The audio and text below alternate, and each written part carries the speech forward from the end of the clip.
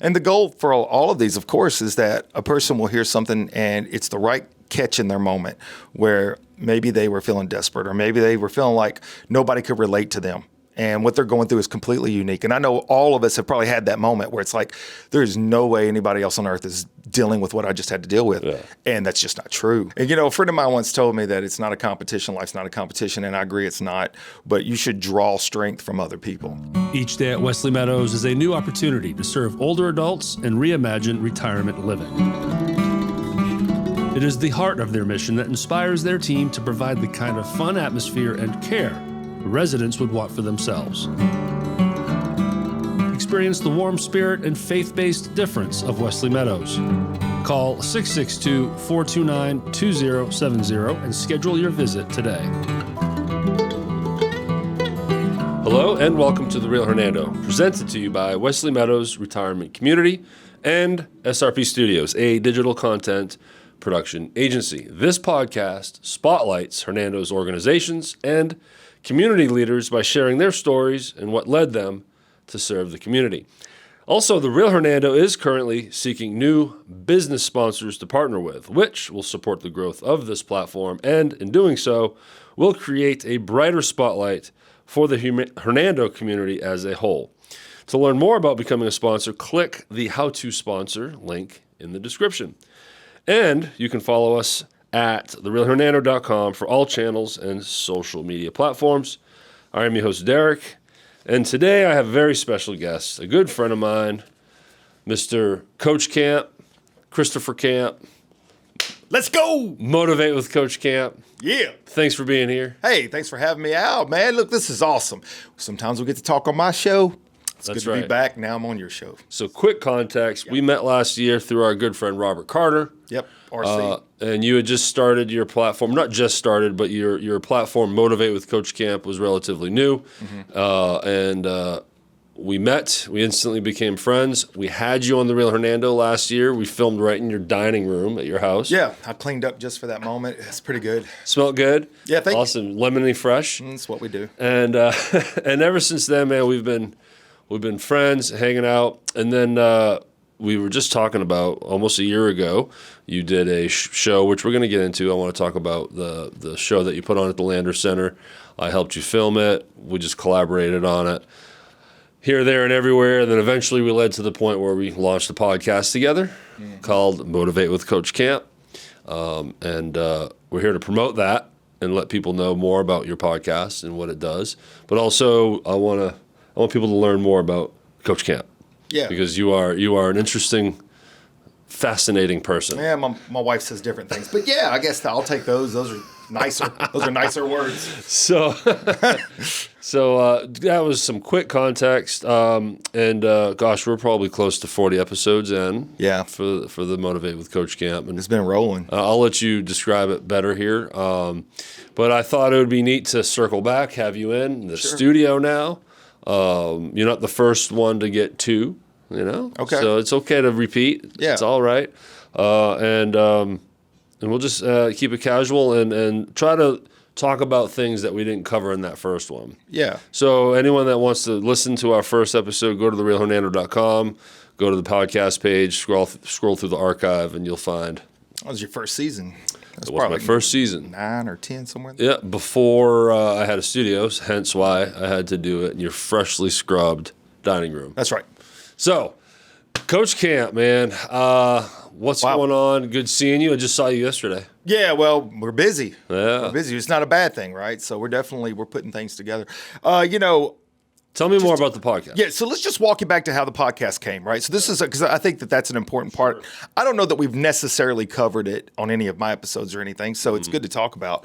But so basically about a year before I met you, I had actually stepped forward. The idea that had come to me about becoming a person of motivational speaking, and I didn't know what that was going to look like. That was the first step, and so that was about a year before I met you, and I started just posting videos on social media, mostly just Facebook. And you have a special name for them from your pond. Yeah, they were Camps Chats on the Farm, in which case I thought about starting to do like some throwback Thursdays because they're all a couple years old now, so it's good to revisit some of that. Motivate with CoachCamp.com. boom, you can find his socials and YouTube channel. Yep. And so whenever I started putting out the videos, it was really a filler. It's kind of like if you come up with a new product. I like sandwiches. Guilty. All right, so I like Good. sandwiches. I like so if you come up with a sandwich and you want to know if this is something you could sell, you need to know if people like it. So you're going to go set up somewhere and then give out samples. Yeah. And so I was doing sample testing of my speeches and ideas and philosophies, and got a lot of feedback that was positive. But not just that, I got a lot of insightful comments that was very encouraging to continue going. That it was helping people, which was the goal for the process. I mean, I started it because I wanted to help people. And it was working. And so as that started to grow, I'm like, I got a label, so I'll go get a Coach Camp label made, which that was a process in itself. And then I'd been about a year in, and I'd had a couple of little speaking gigs, and I thought to myself, all right, so what would somebody that is really wanting to test the waters and expand, what kind of crazy thing would they do? Exactly. The knocking went off in my head. Yeah, sorry, all studios right next to I thought that was my brain knocking. Some construction. It is what it is. We got to film. So I was just like, create a show. And so it just made sense, and it didn't make sense. So I came up with the idea for the show.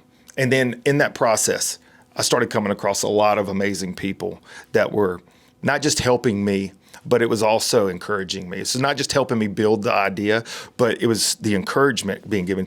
You, my friend, came into that process. Yeah, that's right. And you jumped on board. We go. I'll never forget it. Now, look, it was life-changing for myself.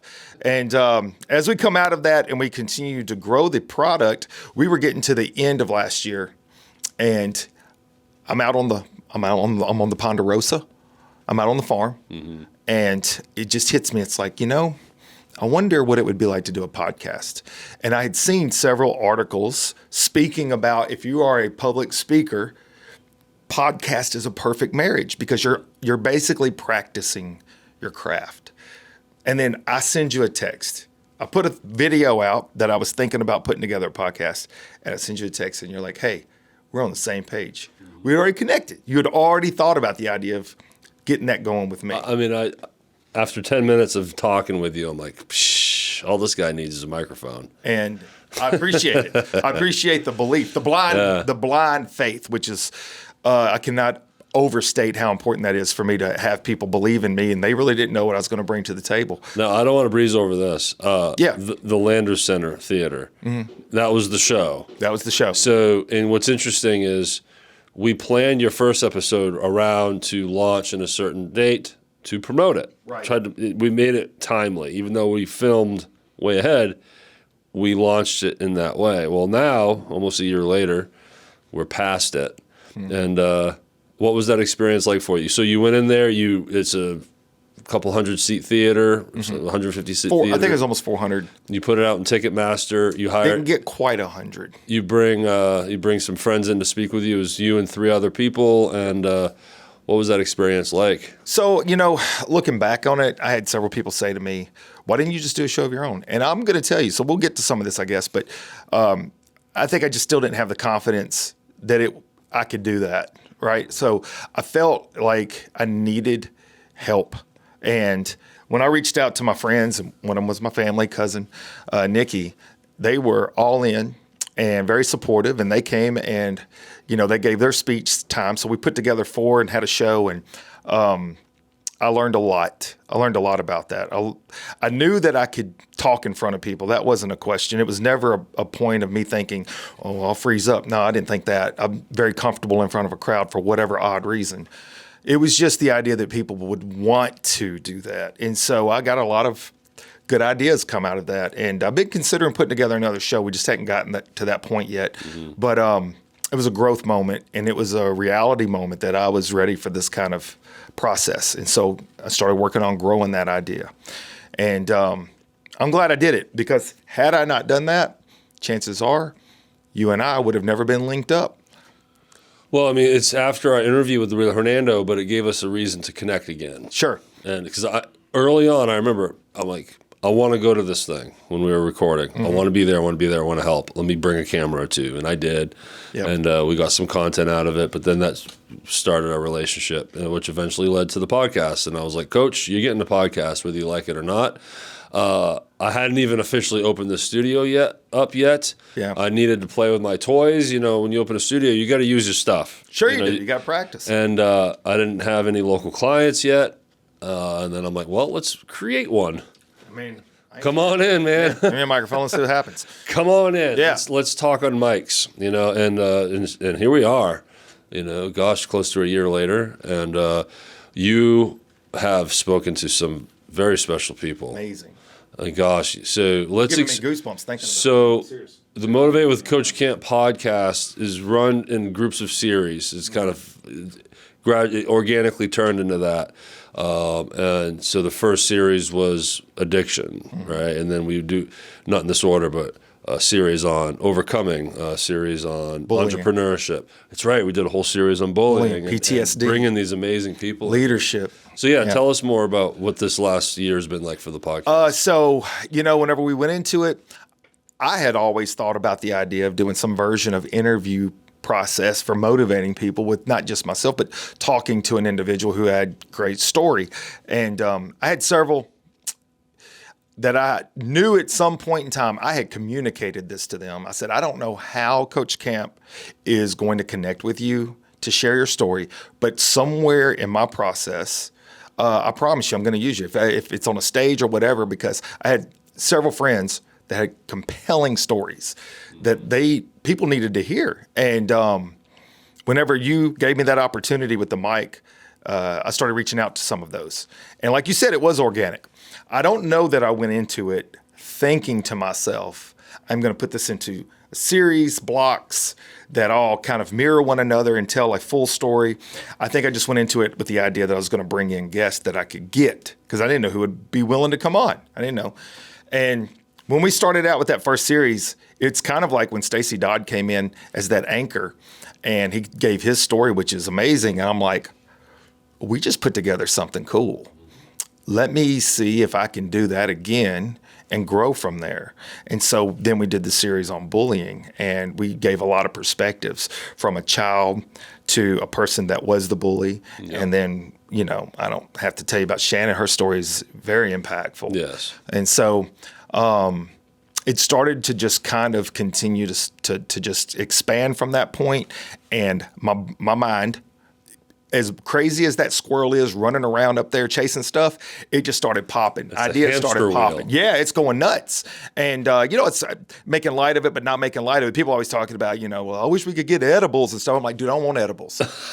Can we get an edible caffeine pill? Because I want a ramp. I want to take it up another notch. You don't need I want to go another ramp. I want to see if I can break it. I want to break the chain off.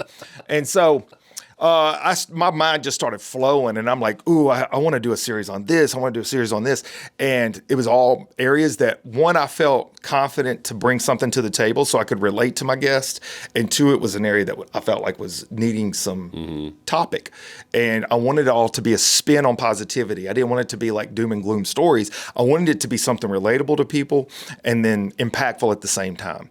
And, when we did PTSD, we had it was all over, right? So we had people that were firefighters to police officers to military, a nurse, and each and every one of their stories was very impactful. And the Navy SEAL, I can't tell you how many people reached out to me just, wanting me to thank him that, hey, thank you for sharing your story. 'Cause it was so touching. It was super vulnerable too, because it is a very sensitive story. Very sensitive.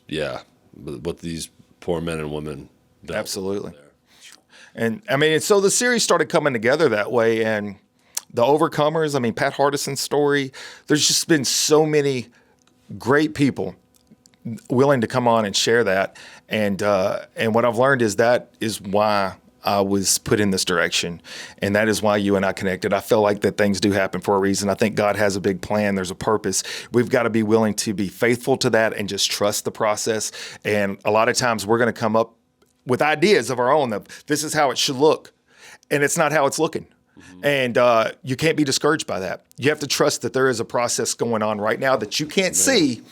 But if you're doing the right thing, it's going to work. And things have started to kind of come together. I don't think there's anyone in my life right now that's seen the growth of this studio closer than you. Yeah. because you started, I was here when they just got the carpet. It was fresh carpet smell. But I'm having to zig and zag, and just when you think it's going to be one way, it becomes another. But you've got to adjust, right? Mm-hmm. You have to rethink everything and just plow through, right? Plow through, but then at the same time, be willing to allow yourself to be vulnerable and have different angles of approach.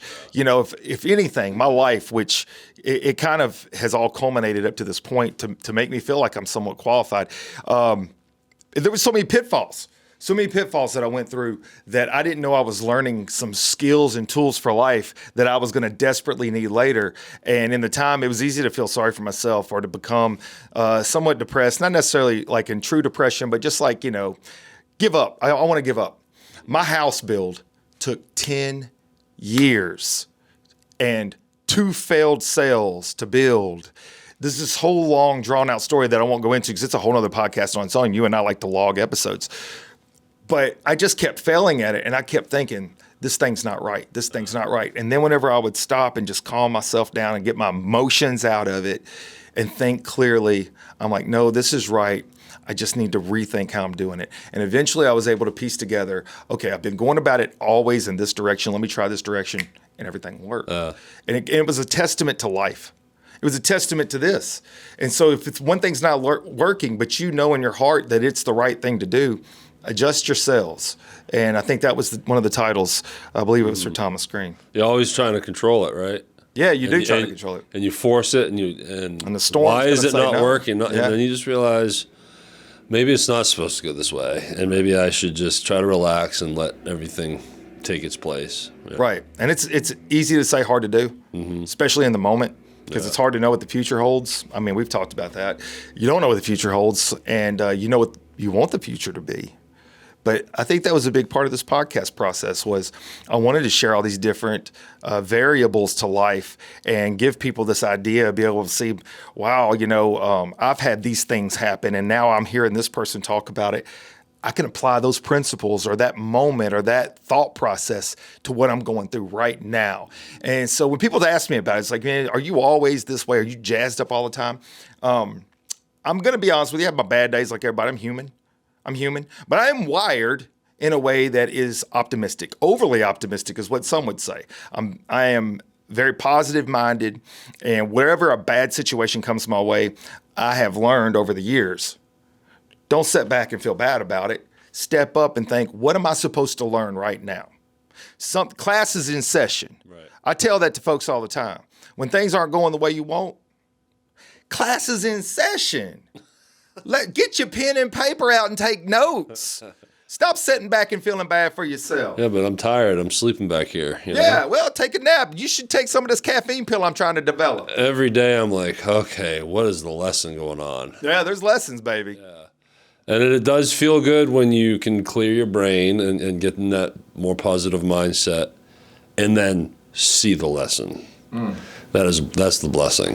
When you see it and you're like, oh, okay. All right, and then it eases your mind for a few days, but then we're human, and we fall back in that trap, It's easy to do. So, the podcast, motivatewithcoachcamp.com, everything you need is there, all the socials, we promote that way. We'll circle back and promote the podcast again, because it is a local, outlet. It supports this local community. We're broader than Hernando. We've had guests from all over the county, Memphis. But it's local still. I mean, it is local, and I like to think of myself as trying to represent Hernando. I see big things, and we could talk about a few of those opportunities coming my way. But I see big things on the horizon, and I would love nothing more than for people to be proud to say, "Hey, yeah, Coach Camp, he's from Hernando." So, all right. So let's go to the past. All right. We gave someone. I hope everyone got some good context of how we met and how we got everything going, and kind of your mindset and what you do. But, you're hyper now. Yeah. What was this like for your parents when you were a kid? I got a lot of spankings. What does young Coach Camp look like? I had fun. I want you to understand something. So, like, the person you see in front of you is the person you're going to see every single day of the week. That's one thing that I pride myself into is being comfortable in my own skin and not putting up a facade. I want you to know me. I'm very transparent that way. And anyone that's watching this that knows me, they will attest to that. I mean, it's like, obviously, I'm putting myself out there on public eye, but anybody that knows me they know that that's the truth. So growing up, I wasn't any different. And back in the mid to late 70s, they didn't know about ADD and all that stuff and hyperactivity. Sure. So it was just spankings. It was your child bad. Yeah, and I'm from Mississippi. Your child is broken. Yeah, and so like I'm Mississippi, so it's get the belt, and it's like, oh my God, why I gotta get the belt? And grandparents are devious. They diabolical. I don't know if you knew that back in the day in the South. Well, then think of where they came from. Well, they would be like, you know what? Because see, like they a little slower to the go. Well, your parents just grabbing and they hitting like this and they hitting. The grandparents, they like to draw, and they were like, go get me a switch. And you'd be like, what? And be like, go get me a switch. You better not bring back a broke stick. You better get something that's got a little whip to it. Because if you bring back something that is flimsy, that won't work, and they got to go get it. Forget about it. It's worse. It's worse. So it's torture. So you got to go pick it. Now you're trying to figure out, where's my balance of this is going to leave a mark, but I'm probably still be able to walk tomorrow. So, it's like, I'm scared to take this to my grandma right now, but in the end, I know it's going to be the best choice for me. And I'm grateful I never had to do that. If you lived in the South, and if you would have hung out with me, that's another thing too. You ask about growing up with me. So it wasn't just me because I was hyper. I wasn't bad. Like I didn't catch the house on fire kind of stuff, but I just got into things. I was busy. My friends got in a lot of trouble because of me. Like if I spent the night with buddies at their house and you heard the dad or something scream, y'all better be quiet in there. It ain't y'all. It's really directed at me. And so ultimately growing up with me would just, it was an adventure. I was always coming up with ideas to do stuff. And in the end, didn't matter how many times you beat me, I'd probably still do it again. So I was hard-headed. And calloused. Calloused, yeah. My parents would tell you, though, that I was very independent-minded, and I think they did cultivate some of that. They didn't want to drive it out of me. Mm-hmm. They just needed me to be in less trouble, and that seemed to make sense. And back then, I had some things, man. We had the Goonies come out. Classic. Yeah, Indiana Jones, Star Wars. Back to the Future. You can't throw these things at a child with hyperactivity and a wild mind and expect me not to get into stuff. The Ghostbusters. Dude. Classic. Yeah, so Coach Camp, very hyper and fun-loving. And I think growing up probably most of my friends have at least 1 or 2 or 10 or 50 stories that are connected to stuff we did. So because I know your story, you started leading at a kid. When you look back on it, you were a leader, and tell the audience more about what I'm talking about. When you were the one that would just kind of lead the kids. And again, it goes back to that personality, right? So I had a personality trait, very charismatic. I would say that I'm a type A, but I'm a type A in a way that, some type A's are very driven and goal oriented, and I wasn't at a young age, but I was type A in the sense that if I got my mind set on something, you couldn't sway me from it. And so like I went to my friend's house. I loved baseball growing up.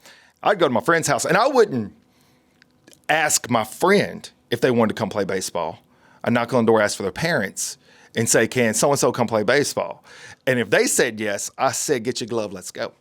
So it wasn't like I even inquired if the kid wanted to play. Right. It was just like your mom and dad said you could, so it's time. You got on their side. That's right. Yeah. That's right. So I would say that type of leadership style, though, played well. I think kids did enjoy the fact that there was somebody to make decisions. I think you could probably relate. It's hard sometimes just going to get something to eat. If you're in a car with 5 people, you're like, what do y'all want? And nobody wants to say anything. You know what I'm saying? Yeah, all different answers. I mean, my wife won't say anything, and then I'm like, all right, we're getting Taco Bell. And it was like, I didn't really want Taco Bell. I'm like, why didn't you say that before we pulled in? So me making those decisions as a kid was easy. And then the entrepreneurship was there.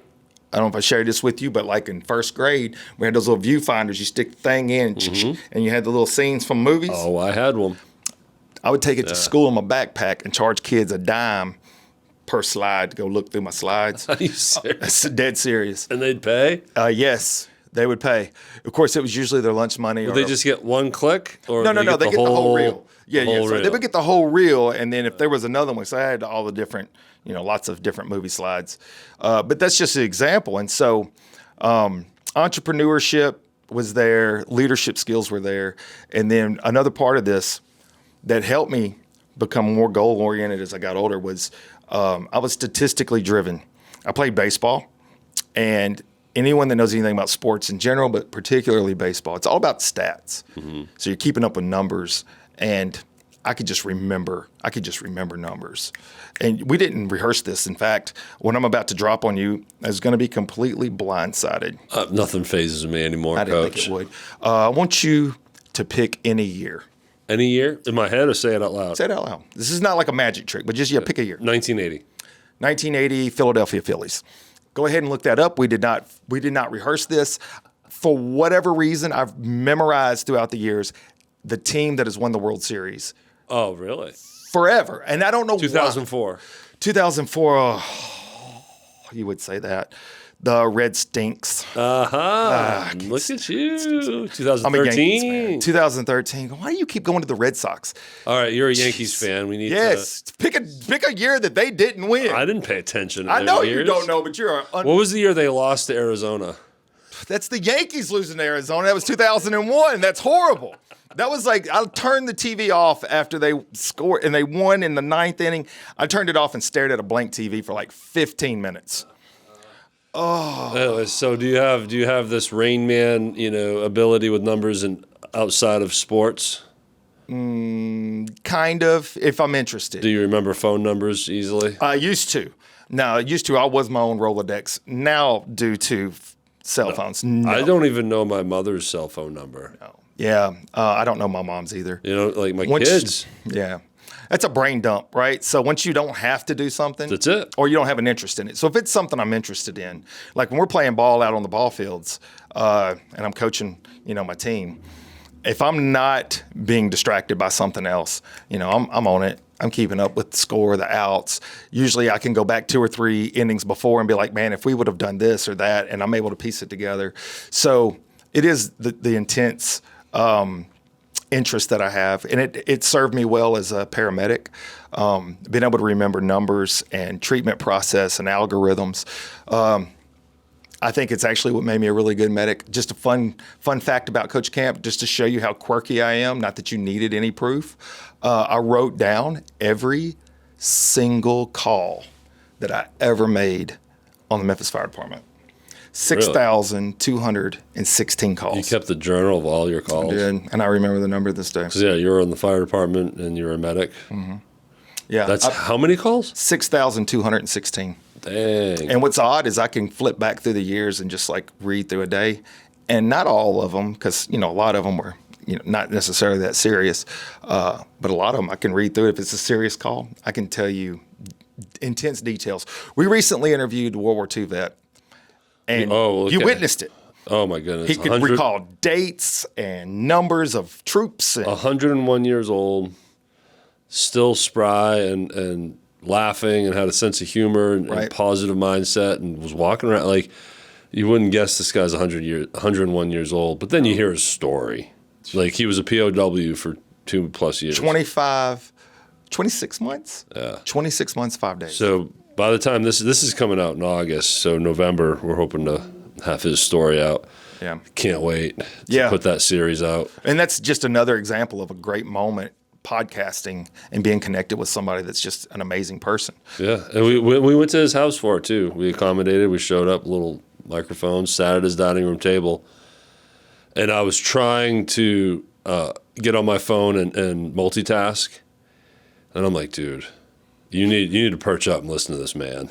And I just sat there in awe of his story. So it's going to be a good one, y'all. Yeah. Anyone listening and want to jump over to Motivate with Coach Camp podcast, you're going to hear some good stories. Team Couch of Birch Realty Group is a full-service team of realtors specializing in real estate sales. With over 900 transactions alone in the past 5 years, their experience is your best asset. Go to teamcouch.com or call 662-449-1700. Gustafson Properties. Gustafson Properties has been building beautiful custom homes in DeSoto County and surrounding areas for over 20 years. Are you ready to build your new custom home? Call us today at 662-449-6271. 5M Services, your comfort specialists. We offer heating, ventilating, and air conditioning service. Call us for any of your HVAC needs. 662-560-7331. We are here for you 24/7. You broke on sports, obviously with the numbers, but also as you coach. You are very involved in youth sports. I am. Tell me more about that. So growing up as an athlete, I just love baseball. I can't explain it. My very first year I played was horrible. I didn't even think I fouled a ball off. My second year, it was as though divine intervention had happened. I had no formal training, none. I stepped out on a field, and the year before, I'm pretty sure I struck out every time or I got hit by a ball. And so then I stepped back out on the field. I'm 7 or 8 years old. The next season, and first pitch, I hit a home run. I'm like, whoa. And second pitch, I hit a home run. Jeez, look at you. And it was just like everything clicked. Everything just clicked in baseball. I was making plays, no formal training. It was just like a person that had never drawn or sculpted, and they just pick a pencil up. And then all of a sudden, they're just drawing amazing stuff. And it's like, I didn't have any practice or training. It honestly came that fast to me. And that fascinated me because I was good at it. If you're good at something, a lot of times you'll be more fascinated. So let's start studying it. And that's why the numbers are there and stuff. I just, like, we get baseball cards. You remember baseball cards? Yes, Coach. I don't know if you ever yes, kind of call them baseball cards. You get that little chalky piece of hard gum. I have the Hornus Wagner card. Oh, the 1910 tobacco Yep, card that's worth, $12 million. I or just keep holding it on to aside, that. For a rainy day. Right. That's nice. Are you impressed? I knew it was the 1910 tobacco. Not even know. There's like 13 in existence. Nothing phases me with you, Coach. That's why. Honestly, in baseball, it doesn't my wife either. It's like, that's so and so from such and such, and they blah. And I'm like, is that impressed? She's like, no. All right. So how long have you been an actual coach? Yeah. So once I got past my playing years, I knew I wanted to get back into baseball at some point. So when my son was born, probably the day after he came home from the hospital, I have a picture of him holding a baseball, and I'm trying to show him how to throw the ball out of the crib. Mm-hmm. Of course, he wasn't. And my whole thought was, I am going to train this dude to be a professional baseball player. It's going to be the next Roger Clemens. Yeah. And so when he turned 4, it's go time. And started coaching him. And that was the first youth sports that I had ever coached. Your son is mid-20s. 26. Yeah. So it's 22 years ago. 22 years ago was when I first started coaching youth sports. Yeah, you just got involved, right? When he started playing in the sports, you got involved in coaching in some aspect, right? Right. And you've been doing it ever since? Ever since. And so I coached him, coached his brother, his stepbrother Trey. So I coached him and Zach both all the way up through probably 17. And then along comes their sister, Maddie. This was like a perfect transition. They were growing out of baseball right when she was coming into T-ball, and I started coaching her. She played T-ball and then straight to softball, and coaching her all the way up to this last spring season. Did she inherit your baseball DNA? To a great extent, she has my skill sets, but not the passion. Okay. You didn't have to tell me to go practice. Well, yeah, I mean, you're battling TikTok. Ah, that's true. You know what I'm saying? It's a different time. It is a different time. Every kid is distracted. Sure. Yeah. No matter how hard we try as parents and set boundaries, it's just a different time. She likes it. She doesn't love it. Yeah. And I loved it. I couldn't get enough of it. So she's pretty good. She continues to grow her talent, and she's 14, so I just I emphasize, enjoy these days. She's going to try to play high school ball? I've encouraged her to work hard and try out. I'm leaving it up to her. That's the one thing as a coach, and being Coach Camp is not just a cool name, which I think it's a cool name. It actually has a title. So coach, I do coach, and part of that is you can't force passion. It has to be genuine, it has to be authentic. And if they don't have it, you can't instill it. They have to develop it. And you can make the mistake in pushing too hard. Absolutely. And I made the promise. I knew how ate up I was with it. I wasn't going to do that to my kids, so I haven't. But something else to side note on, because I don't know how much you know of this, but the coaching aspect is not just centric to softball and baseball. I have coached in a lot of areas. Obviously, my teaching, I use that as a coaching platform. I coach them how to do skills. I don't go in and just lecture. You retired from the fire department and now you teach. And what exactly, just real quick context, you teach what? What is... So we have all 3 levels, EMT basic, advanced EMT, and paramedic. And I'm mostly teaching the advanced EMT and the paramedic side of things. And I am pretty much exclusively in the lab because I had so many years of experience in the field. It just made sense. My skills and my experience combined with my passion for it, it made a lot of sense for me to be in the lab. So I teach a lot of the skills section, and I do it in a coaching manner. I was going to say, I've seen videos. You do these fun videos at your classroom. Yeah, you're more than just a teacher up there. You're motivationally speaking every class. Yeah, I mean, and really you got to, honestly, because you just mentioned all the distractions. And as we've talked about before, I'm sure if someone's seen some of the other episodes, that was where everything kind of originated, of the idea of me becoming a motivational speaker, if you want to put the quotation marks on that, was from my the classes I was teaching, my students. They just kept encouraging me, man, you need to get on a stage, you need to do this. It's like, I had that imposter syndrome. Yep. I didn't feel like I was qualified to be a motivational speaker, but I knew I was qualified to teach paramedic skills, to teach you baseball or softball. But to teach in life, I just didn't know. And they were like, you are teaching us more than you realize about life. Yeah. And so it was them constantly prodding me. They got me on that path. And I'm so glad they did, because this is another passion of mine. I've really enjoyed the process. I can't wait to see what's coming. What have you enjoyed most about the podcast? Is there any specific moment that was more touching than others, or... Well, do you have an idea of one thing that pops out Absolutely. That you've experienced in starting your podcast? 100%. I jog a lot. And part of my jogging, you wouldn't know it by necessarily looking at my girth, but this is a reserve tank. Don't think about that. Yeah, and you know what's funny is I don't jog ever. Yeah. Man, so like... You're better looking than me. Well, yeah, I mean, you put a lot of work. Like, man, your metabolism must be... If I didn't run, I'd be 755 pounds. So it's a rough estimate. 55, not 50, 55. Yeah. Okay.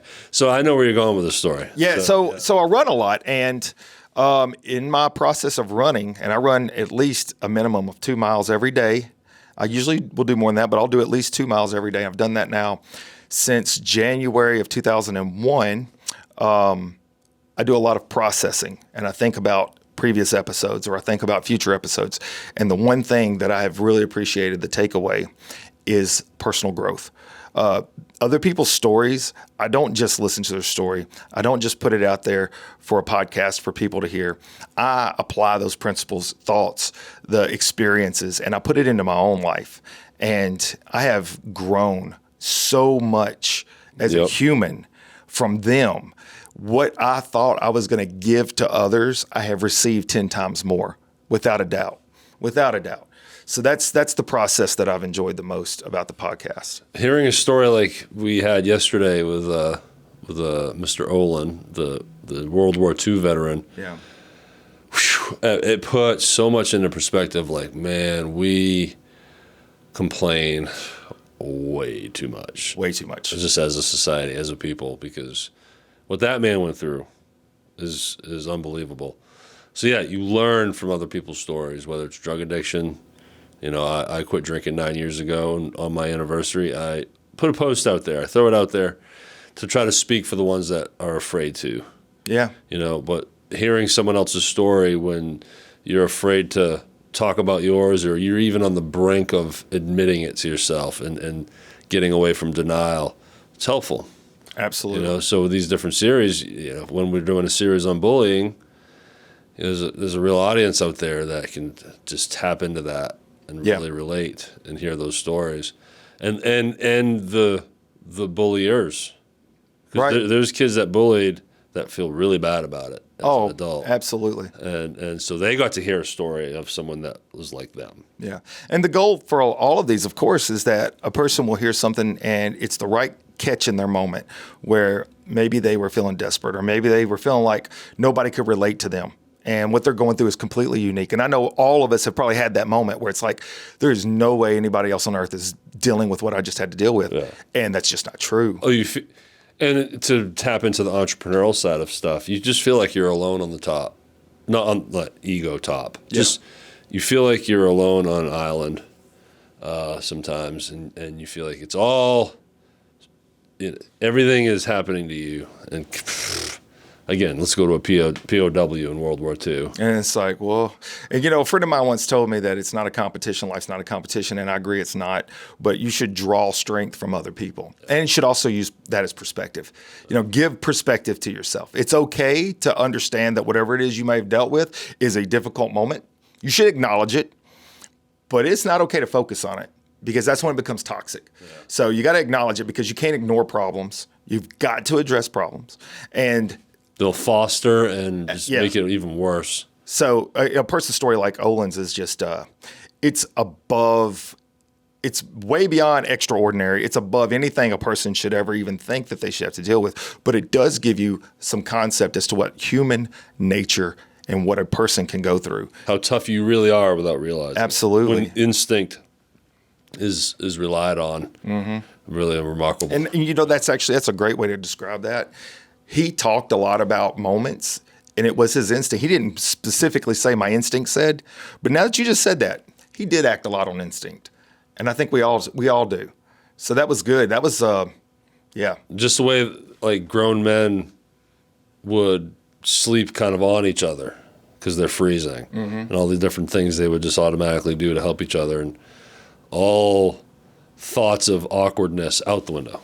Yep. Anything to survive. But so one more thing before we let go here, because I thought when I asked you about the, one of your favorite moments, and you said you brought up running, I thought you were going to go to something else, and I want to spotlight this, and it's the 50-mile deal. I just want people to understand how crazy you are. I think this is really going to tap into it.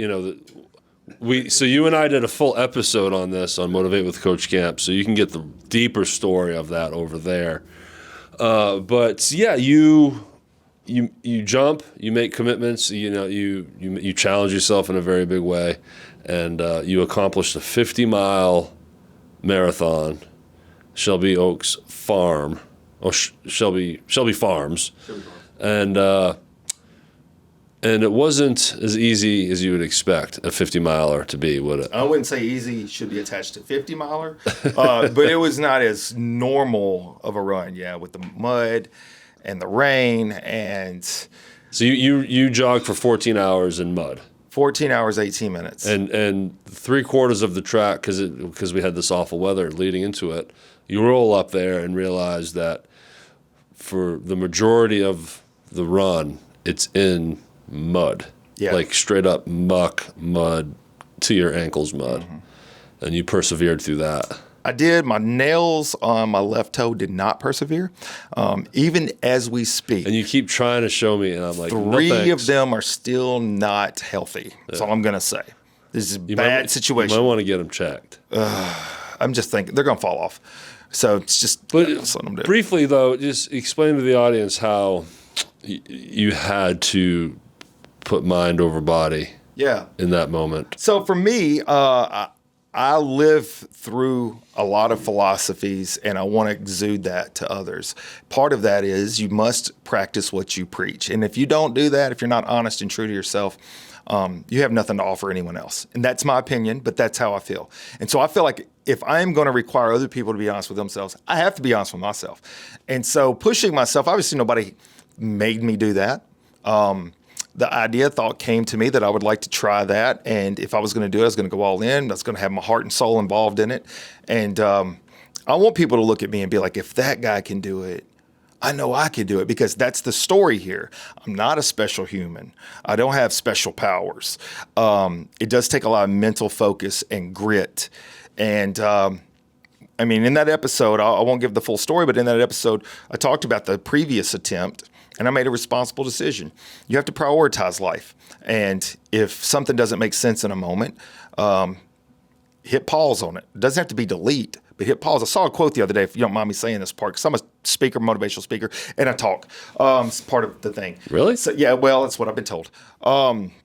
So I saw a quote that said something to the effect of, if you don't, this is the bottom part that was a problem. There was 2 lines that I agreed with, and the third line I did not agree with. It said, if you don't go all in and only have a plan A, then you're destined to fail. And I was like, that is bullcrap, because you better have a plan A through Z in life. You can always circle back. That's the other part of that. I think that the person that wrote that quote wasn't realizing. You can have other plans in life. You don't have to just be just plan A. You can go all in on plan A, and things can disrupt plan A. And you may have to go to plan B or plan C. But that doesn't mean you can't revisit plan A later. Yeah. That was my house build personified. But to that run, I had tried a 50 miler before. The heat overtook me. I realized it was going to be an unhealthy situation, so I bailed. 36 miles? 34. 34. And which was the right decision. But I knew then, too, if I was physically capable, I wanted to try again. And I knew if I tried again, it would take a situation where it was physically not safe for me to keep going. And as a paramedic, we've talked about that. I didn't want to be that idiot in a casket and people making fun of me. You were seeing real signs of dehydration. Oh, in the first round, absolutely. It was. I knew that it was going to turn way worse, and so I checked. But and that second one, with the rain and the conditions, it just was miserable. It was miserable. And within, like, if you listen to the episode, within no time at all, I'm complaining, I'm griping. And then I'm like starting to just rationalize. Well, let me just try to make it this far. And let me try to make it this far. And I kept thinking to myself, I'm just going to bail out. I'm just going to check out. And we should mention the first 2 hours was so early, it was pitch black out and you didn't have a light. It's horrible. You didn't think about having some kind of light. So now you're running in the dark, in the mud. So... And then to wrap on that story, here's the funny part, because at some point, somewhere between, because there's 8 laps total if you make it, somewhere between laps 3.5 to 5, somewhere in that span, I had been griping so much about so many things. The wetness, the mud, the darkness in the beginning. And then I just changed my thought process. I started having some coach camp moments, talking to myself out loud. We talk about that in the episode. And I come to realize, why am I thinking of this as a punishment or something that's unfair? I started feeling like this was a gift. God gave me an opportunity to overcome adversity that is beyond what you should expect when you go into a 50 miler. This is above and beyond just doing 50 miles. This is an opportunity to prove not to others that you can do 50 miles, but to yourself that you can do 50 miles in great, horrible obstacle conditions. And that became the mission. That became the sole vision for that. And I knew that doing that, I was going to learn stuff about myself that I could use to help others. I'm just going to say this part here about my coaching too. So the coaching doesn't just stop with just like baseball or softball, but I've coached people in life situations, training situations. I've helped people get to the finish line on multiple races, whether it be a 5K to a marathon. Coached a guy through, not that he needed me, but I helped and assisted with some of the training on Ironman. But my greatest achievement of coaching, and I say this sincerely, actually came to my wife. After I'd done the Ironman, she became inspired. 2.4 mile swim, 112 mile bike ride, 26.2 mile run. She was inspired. A year later, actually almost 2 years later, she wants to attempt it. She comes up 7 miles short of the finish line. And in that year that she had trained, I was hands off. I trained with her, but I didn't coach her. And then she allowed me to coach her the second time. She wanted to go back and finish the journey. Mm-hmm. And we trained for a year. And she beat my time by 9 minutes. 9 minutes? She not only finished, but she beat my time by 9 minutes. That's significant. And the people that would be interested in seeing her journey, which was heavily documented in a very fantastic film by Tom Eldred, is on YouTube, Southern Iron Mom. Iron Mom. You can go look that up. Southern Iron Mom. 6 episodes. Fantastic. He's a great photographer, videographer. You've seen some of the video. And oh, yeah, it's excellent. Very inspiring. Very inspiring. Well, Coach, this has been awesome, as always. I love sitting across from you. You and I can talk forever. We've discovered that. But not everyone's going to want to listen to that. So we're going to wrap this up. But before I do my outro, I'm going to give you the floor. Yeah. give us some closing thoughts, and I want you to wrap up like you would your podcast. Okay. Okay? And right. feel free to grab the camera, too. There is a video going. So do you still want me to take my shirt off and run in a circle? Well, we don't need to Okay, we'll do that here on Hernando. part. Right now on the Real Hernando. Okay. No. All right. So look, guys, I know that there are supporters out there because you guys reach out to me all the time, and I really appreciate that. Here's what I want to say about it. I first of all, I'm humbled and honored to be able to be a part of this. Coach Camp is more than just a passion and a dream. I feel like it is a mission, and I want you guys to feel comfortable being a part of that mission. I didn't put the with in there for nothing. I won't motivate with Coach Camp. I want you guys to join. So if you enjoy this podcast that I've been putting on, you like the mission, and hopefully it's going to continue to grow, I want y'all to feel comfortable being a sponsor. I need sponsorships on the podcast. It's going to help continue to be able to put these things together, bring in guests. Everything, of course, costs money. So this was an area that I was kind of timid in, but I do feel like this product is worthwhile. It's worth your time. And if you are interested, you can go to my social media, motivatewithcoachcamp.com.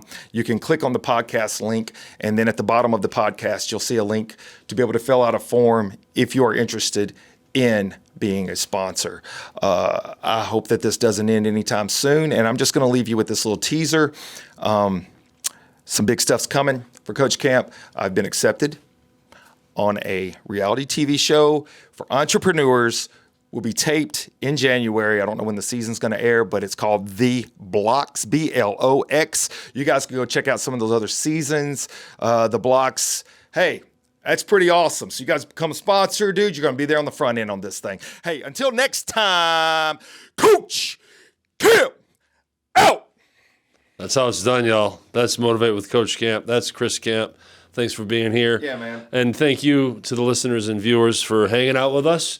Again, therealhernandopodcast.com is the place to go.